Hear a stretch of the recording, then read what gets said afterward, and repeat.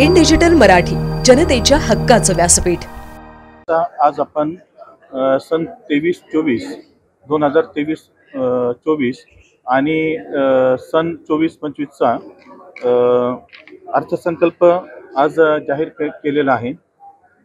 त्यामध्ये जो सन 2024-25चा जो अर्थसंकल्प आपण जाहीर केलेला आहे तो 977.14 कोटीचा आहे आणि त्यामध्ये आपण जे विशेष असे काही बाबींचा अंतर्भाव केलेला आहे। त्यामध्ये 2024-25 मध्ये मालमत्ता कर अथवा पाणीपट्टीमध्ये कोणत्याही प्रकारची आपण वाढ केलेली नाही।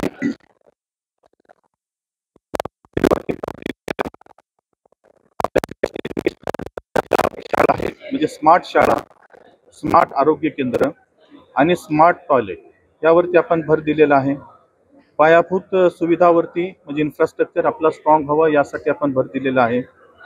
त्यानंतर आपण काही नवीन लेखाशीर्षक तयार केलेला आहे। महिला व बाल कल्याण करिता दिव्यांग क्रीडा विभाग यांच्यासाठी स्वतंत्र भांडवली व महसुली लेखाशीर्षक।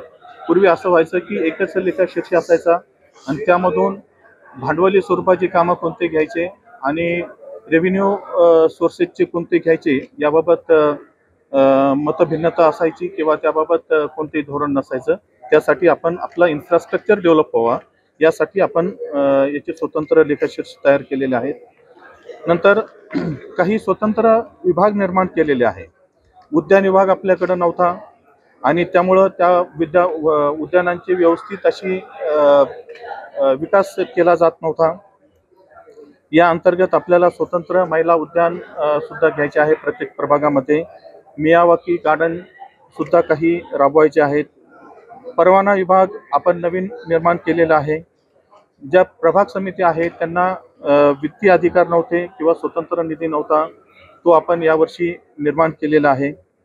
परिवहन विभाग आपण नवीन निर्माण केलेला आहे कारण परिवहन सेवा आपली आता लवकरच सुरू होत आहे आणि त्यासाठी आपण महिला व दिव्यांगांना बस प्रवासात सवलत जाहीर केलेली आहे। 3 ठिकाणी बस आगार विकसित केले जाणार आहेत।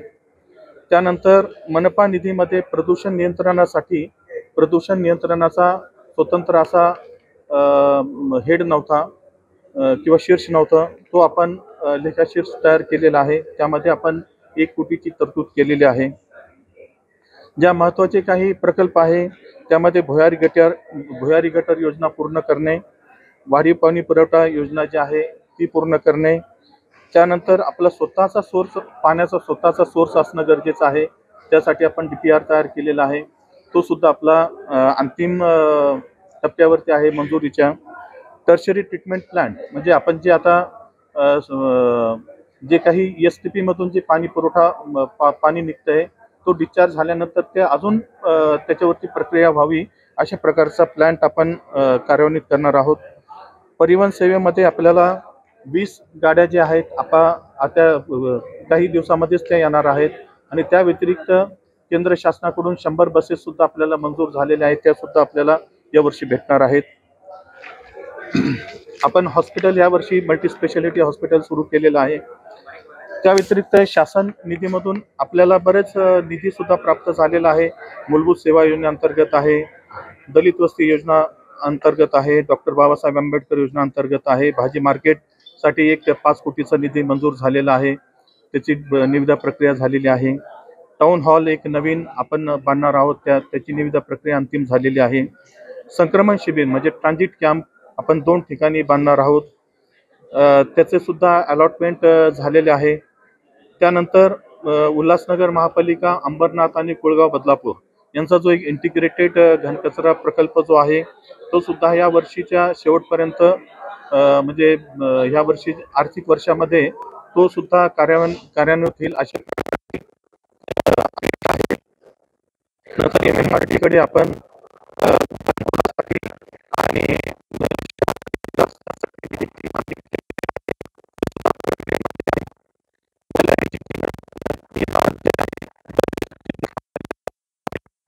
त्यासाठी आपण नवीन इमारत बांधणं गरजेचं आहे। त्यासाठीची आपण तरतूद त्यामध्ये केलेली आहे, त्याचं DPR सुद्धा आम्ही तयार केलेला आहे।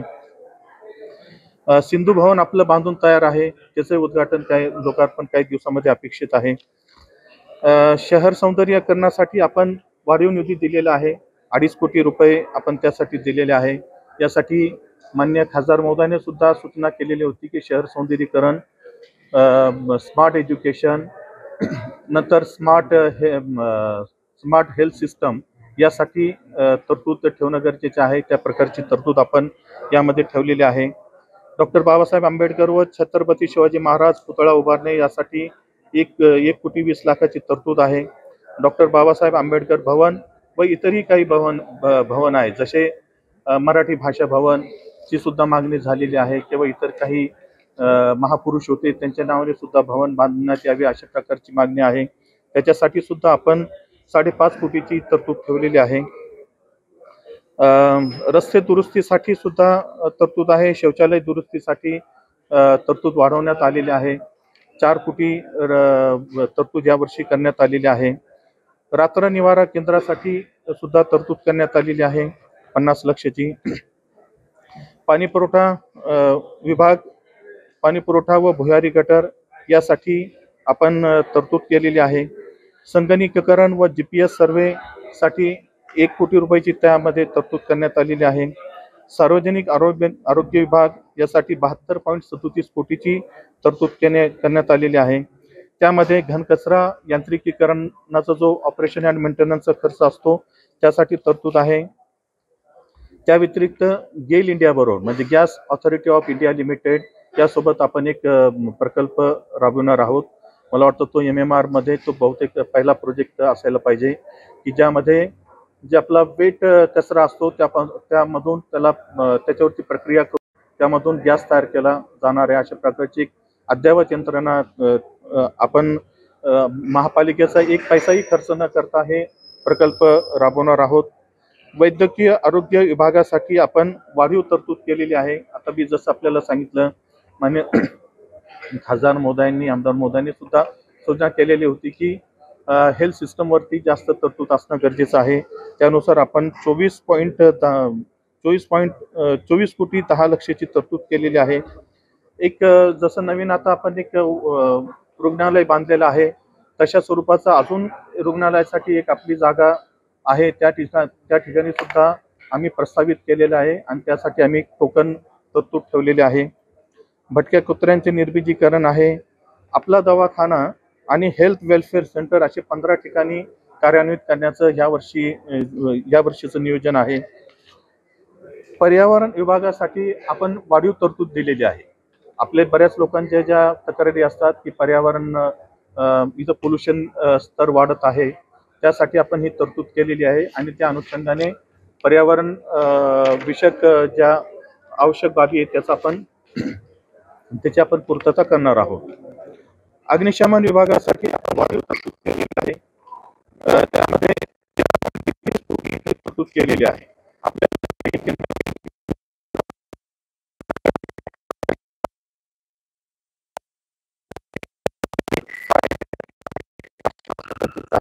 त्यासाठी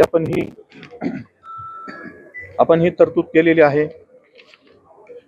महिला व बाल कल्याण विभागासाठी 11.52 कोटीची तरतूद केलेली आहे. त्यामध्ये काही पिंक टॉयलेट 2 कोटी, नंतर महिला उद्योग केंद्र यासाठी 1.25 कोटी. त्या व्यतिरिक्त दिव्यांग कल्याणकारी योजनासाठी 11.52 कोटीची तरतूद केलेली आहे. त्यामध्ये आपण दिव्यांग थेरपी सेंटर सुद्धा यावर्षी निर्माण करणार आहोत. क्रीडा विभागामध्ये VTC ग्राउंड विकसित करण्यासाठी 10 कोटीची तरतूद आहे आणि क्रीडा विकासासाठी 2 कोटीची. VTC साठी वेगळी तरतूद आणि इतर ज्या स्पोर्ट्स विषयक ज्या बाबी असतील त्यासाठी वेगळी तरतूद, अशा प्रकारे आपण तरतूद केलेली आहे. त्यानंतर सामाजिक दृष्ट्या दुर्बल घटकांसाठीच्या कल्याणकारी योजनासाठी आपण 35.39 कोटीची तरतूद केलेली आहे. अल्पसंख्याक कल्याणकारी योजनासाठी आपण 2.5 कोटीची तरतूद केलेली आहे. तृतीय पंथीयांसाठी जो योजनासाठी 50 लक्षची तरतूद करण्यात आलेली आहे. विद्युत विभागासाठी पथदिव्यांसाठी सोलार पॅनल बसविणे आणि मनपा इमारतीवरती सोलार पॅनल बसविणे यासाठी आपण 1.5 कोटीची तरतूद केलेली आहे. शिक्षण विभागासाठी आपण 47 कोटीची तरतूद केलेली आहे.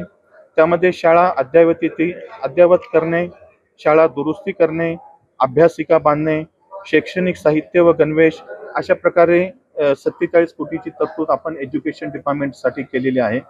आणि अशा प्रकारचा बजेट आज मी या सभागृहामध्ये सादर केलेला आहे आणि तो मंजूर करण्यात आलेला आहे.